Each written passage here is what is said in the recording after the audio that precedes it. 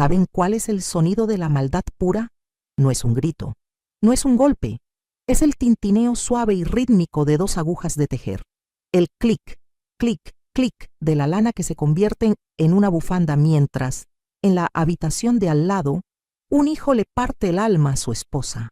Ese era el sonido de mi vida durante 37 años, el sonido de mi suegra, Isabel, tejiendo en el salón, mientras su adorado Ricardo me enseñaba a puerta cerrada que el amor y el dolor podían venir de la misma mano. No vengo aquí a pedirles lástima, no se confundan. La mujer que lloraba ya se murió hace mucho tiempo. Yo soy lo que quedó después del incendio. Vengo a contarles cómo se afila el odio, cómo se cultiva la paciencia del cazador y cómo, a veces, la venganza más dulce no se sirve en un plato frío, sino en uno que quema tanto que es capaz de reducir a cenizas un linaje entero. Porque yo no solo sobreviví a mi marido, el monstruo, y a mi suegra, la santa que lo encubría. Yo los destruí. Y lo hice usando el único secreto que ellos creían tener bien guardado. Todo empezó, como siempre, con una mentira. Me casé con Ricardo pensando que había encontrado a un príncipe. Era guapo, carismático, el hombre que todas las madres querían para sus hijas. Y su madre, Isabel, me recibió con los brazos abiertos, me llamaba la hija que nunca tuve. ¡Qué ironía! Me trataba con una dulzura empalagosa, de esa que se te pega a la piel y no te deja respirar. Los primeros meses fueron un sueño. Flores, cenas, paseos de la mano, pero poco a poco, la jaula dorada fue mostrando los barrotes. Primero fueron los comentarios sutiles de Isabel. Ese vestido es un poco llamativo, ¿no crees, querida? Los amigos de antes ya no son necesarios. Ahora nos tienes a nosotros. Luego vinieron las sugerencias de Ricardo, que eran órdenes disfrazadas. No levantes la voz, a mi madre no le gusta el escándalo. Deja tu trabajo, una mujer decente cuida de su casa.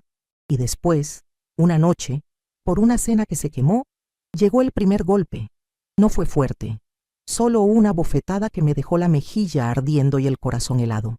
Corrí al salón, buscando a Isabel, esperando consuelo, ayuda, y la encontré, sentada en su mecedora con su tejido en el regazo. Levantó la vista, me miró con esos ojos fríos y vacíos y me dijo: «Los hombres son así, aprende a no provocarlo», y siguió tejiendo. Clic, clic, clic.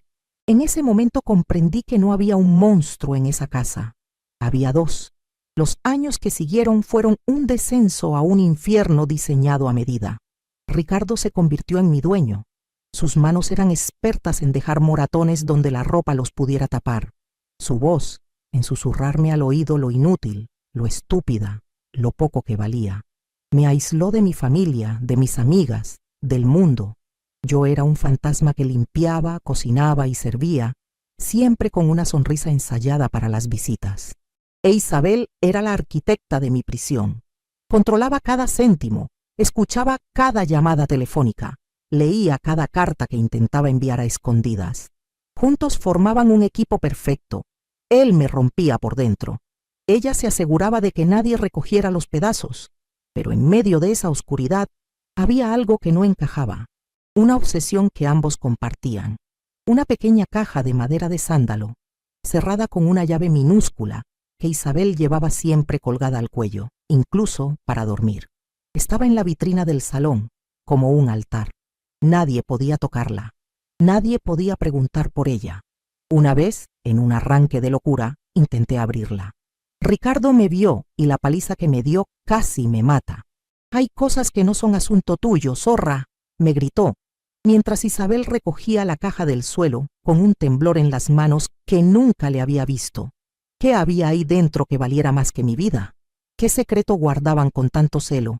Estaba también Mateo, el hermano menor de Ricardo. Venía de vez en cuando, siempre con la mirada triste, siempre observando. Me trataba con una amabilidad extraña, casi culpable.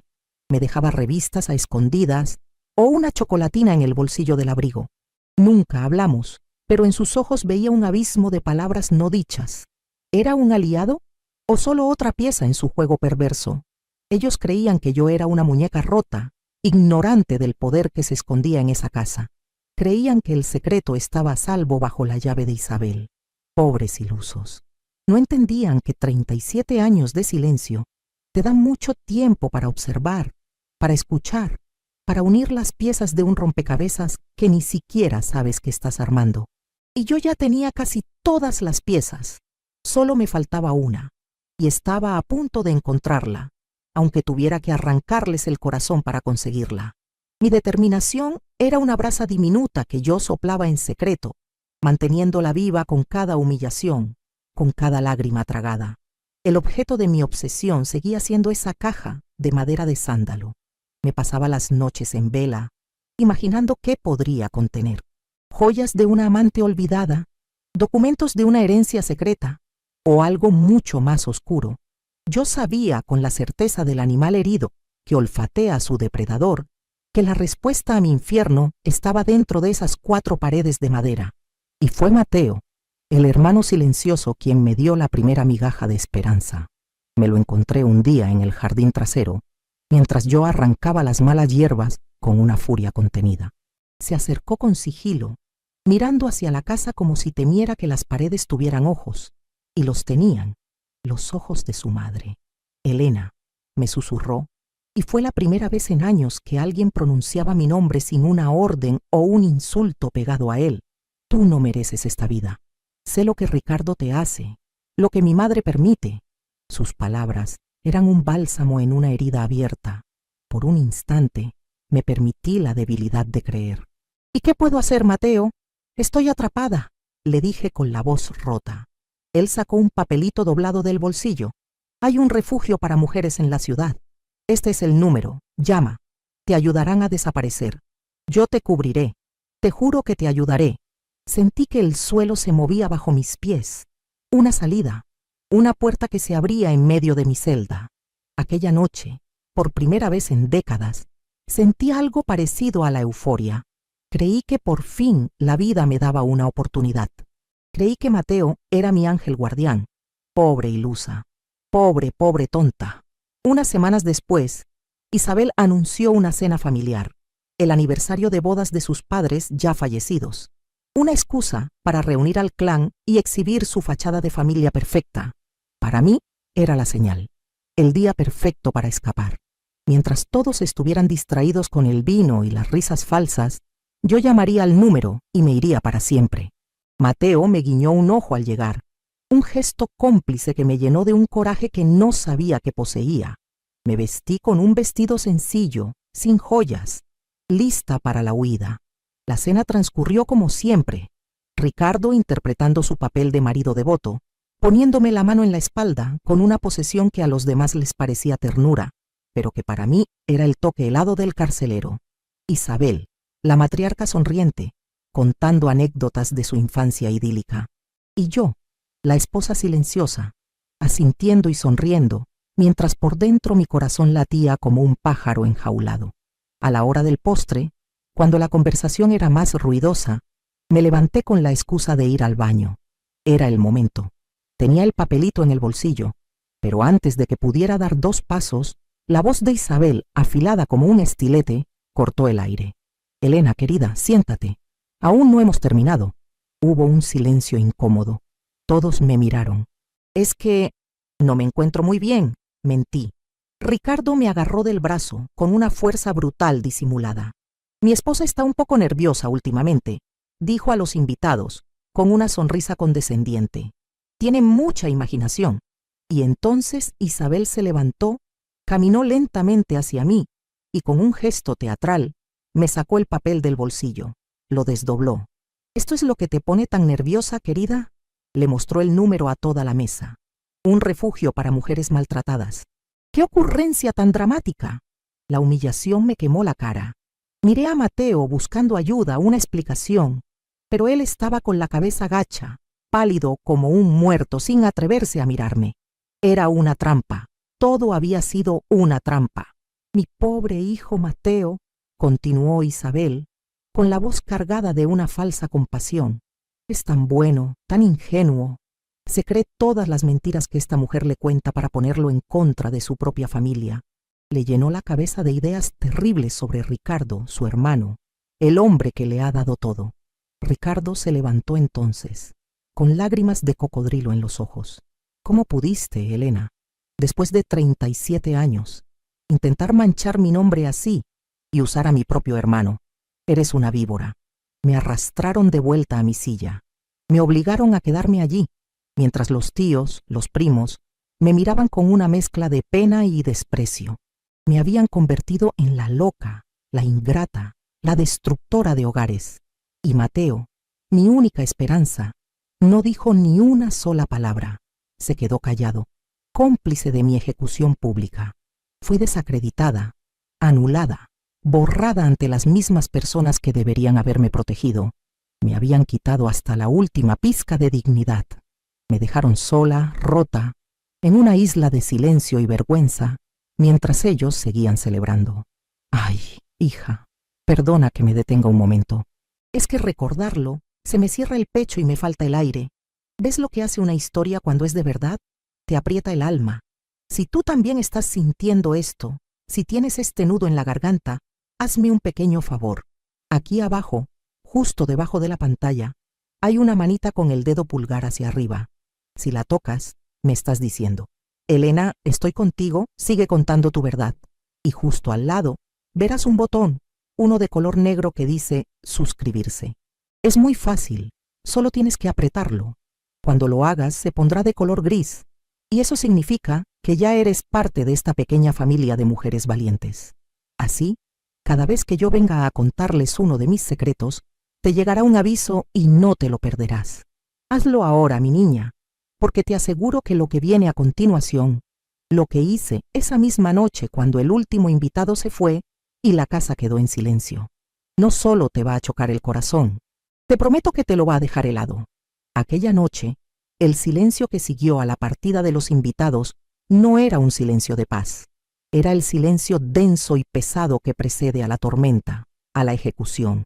Yo permanecía sentada en el comedor, rodeada de los restos del festín, una reina depuesta en un trono de migajas y mentiras. Ricardo caminaba de un lado a otro como una bestia enjaulada, bebiendo coñac directamente de la botella. Isabel recogía los platos con una calma aterradora, sus movimientos precisos, metódicos. No decían nada, pero yo sabía lo que venía. Era el castigo por mi osadía, por atreverme a soñar con la libertad. Cuando Isabel terminó, se acercó a la vitrina, sacó la caja de sándalo y la puso sobre la mesa, justo delante de mí. El corazón me dio un vuelco. Luego, se quitó la llave del cuello y la dejó junto a la caja. «Ábrela», me ordenó con una voz gélida. Ricardo dejó de caminar y se paró detrás de mí, su aliento a alcohol en mi nuca. Mis manos temblaban tanto que apenas podía sostener la pequeña llave. La inserté en la cerradura. Clic. El sonido fue un trueno en el silencio de la habitación. Levanté la tapa lentamente, preparándome para lo peor, pero dentro no había joyas, ni documentos, ni nada que pudiera imaginar. Solo había un zapatito de bebé, uno solo, de lana blanca, tejido a mano, amarillento por el paso del tiempo. Y debajo, una única fotografía en blanco y negro. Era la foto de un recién nacido, envuelto en una manta, con los ojos cerrados y una expresión de paz infinita. No entendía nada. ¿Qué significaba aquello? Miré a Isabel, buscando una respuesta, y fue entonces cuando vi algo que nunca había visto en sus ojos. Un destello de dolor tan profundo, tan antiguo, que me heló la sangre. Ese era Santiago, dijo, y su voz se quebró por primera vez en todos los años que la conocía. Mi primer hijo, el hermano mayor de Ricardo y Mateo. La confesión cayó sobre mí como una losa. Nunca nadie había mencionado a un tercer hermano. En todas las historias familiares, en todos los álbumes de fotos, solo existían Ricardo y Mateo. Era como si Santiago nunca hubiera existido. Nació con el corazón débil, continuó Isabel con la mirada perdida en el zapatito. Los médicos dijeron que no viviría mucho, y así fue. Se fue a los 6 meses. Era perfecto. Ricardo puso una mano en el hombro de su madre, un gesto de consuelo que parecía extrañamente ensayado. «Mamá, no tienes por qué remover esto, ya pasó». Pero Isabel lo ignoró. Sus ojos seguían clavados en mí. Desde que Santiago murió, dediqué mi vida a proteger a mis otros 2 hijos, a asegurarme de que nunca les pasara nada. de que tuvieran la vida perfecta que mi Santi no pudo tener. Y entonces su voz volvió a endurecerse, el dolor se transformó en acero. Y tú con tus mentiras, con tus quejas estúpidas, casi arruinas todo. Intentaste destruir a esta familia, la única familia que me queda. Por eso no podía permitir que te fueras, porque eres parte del equilibrio, Elena. Eres el sacrificio necesario para mantener la paz. Comprendí en ese instante la monstruosidad de su lógica. Yo no era una persona para ella, era una pieza en su tablero. Mi sufrimiento era un pequeño precio a pagar para mantener intacta su fantasía de familia perfecta, para expiar la culpa que sentía por la muerte de su primer hijo. Ricardo era su sol, y yo era la sombra que lo hacía brillar más. Pero la noche aún guardaba una sorpresa más. De repente, la puerta principal se abrió de golpe. Era Mateo.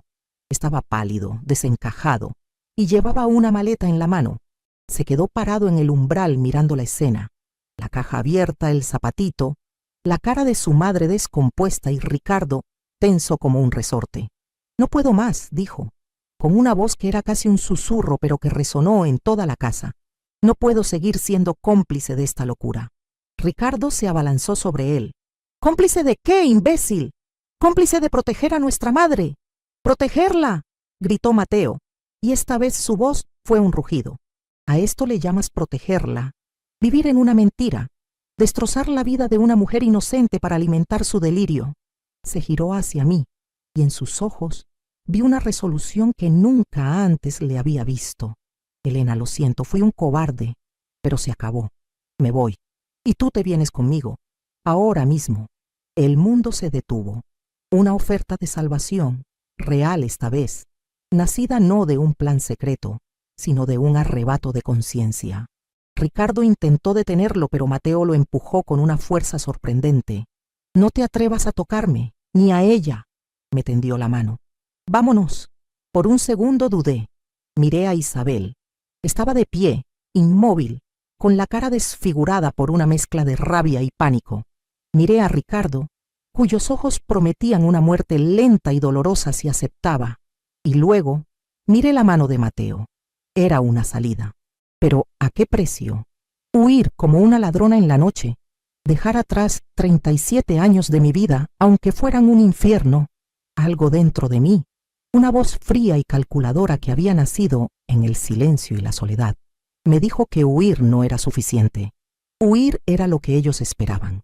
Huir significaba que ellos ganaban, y yo ya no estaba dispuesta a perder. Detente un momento. Si esta historia ya te ha movido por dentro, imagina lo que viene después. Suscríbete ahora. Es solo un instante, pero marca la diferencia entre quedarte afuera o seguir recibiendo verdades que pocas se atreven a contar. Hazlo ya y comenta. Ya estoy suscrita. Así sé que estás aquí, que quieres escuchar lo que muchas callaron por años, y que estás lista para lo que viene. Rechacé la mano de Mateo. El gesto fue tan inesperado que todos en la habitación se quedaron petrificados. Mateo me miró con una confusión dolorosa en los ojos. Ricardo soltó una risa hueca, triunfante, e Isabel me observó con una nueva clase de curiosidad, como una científica que ve a su espécimen de laboratorio comportarse de una manera imprevista. «¿No?», dije, y mi voz sonó firme, extraña incluso para mí. «No me voy a ninguna parte. Esta es mi casa». Mateo no podía creerlo. «Elena, ¿te has vuelto loca? Te matará». «No», repetí, mirando fijamente a mi suegra, ignorando por completo a mi marido. «Nadie va a matar a nadie. Las cosas van a cambiar. Eso es todo». Me acerqué a la mesa, tomé el zapatito de bebé y la fotografía.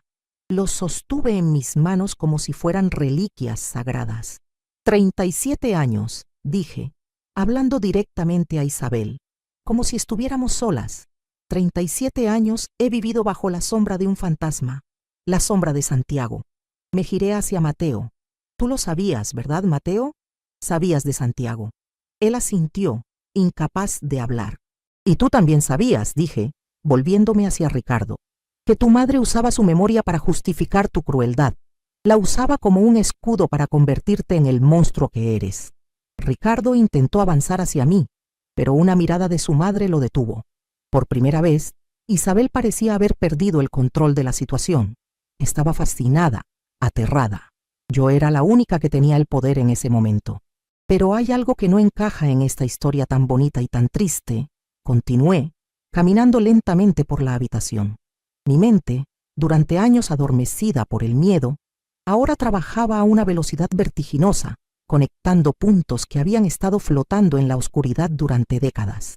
Recordé conversaciones a medias que había escuchado, miradas extrañas entre Isabel y el médico de la familia, un hombre ya anciano que venía a la casa una vez al año, siempre en el aniversario de la muerte de Santiago.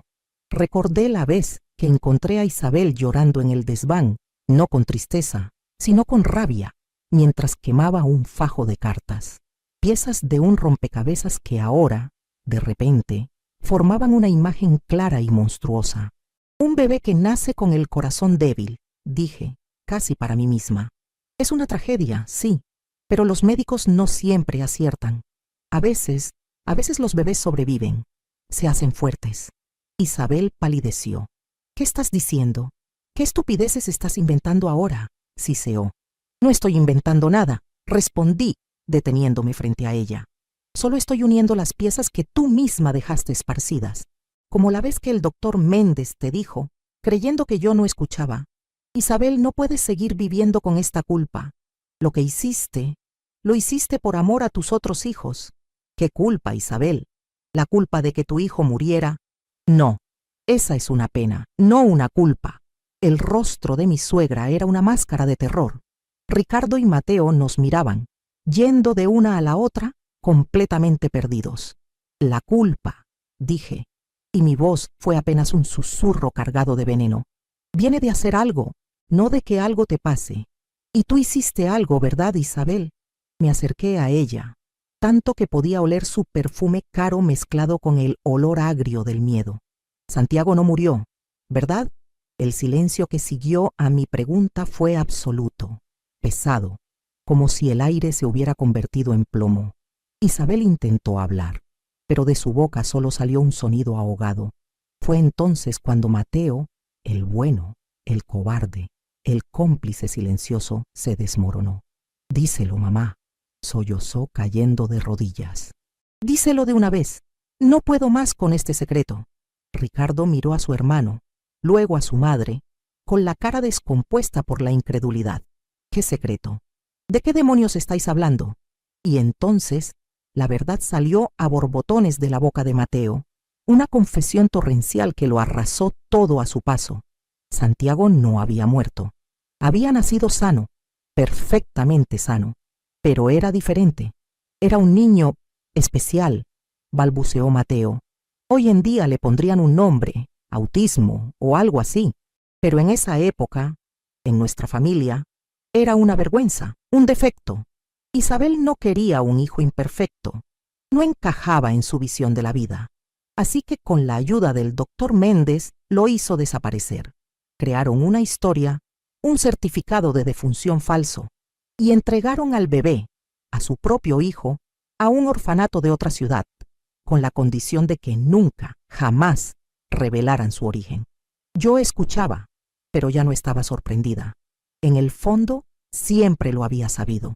Siempre había sentido que la pena de Isabel no era limpia, que estaba manchada de algo más oscuro, y el personaje que parecía bueno, el que me ofreció su ayuda, el que parecía mi única esperanza, Mateo, resultó ser el peor de todos.